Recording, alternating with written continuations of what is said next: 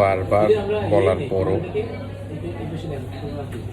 অনেককেই দেখতে পাচ্ছি যে উইদাউট ট্রেডিং প্ল্যান ফলো না করে ট্রেড করছেন, লস করছেন, আবার এটা নিয়ে খুব হতাশ করতেছেন।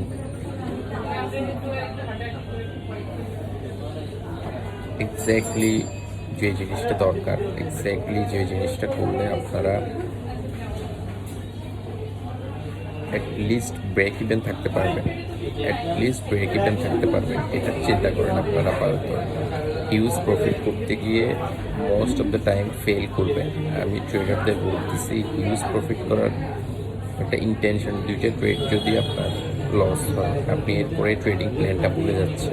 একটা ট্রেড যদি মিস হয় কোনো কারণে, এরপরে আপনি আপনার ট্রেডিং প্ল্যানটা ভুলে যাচ্ছেন, তাই নয় কি?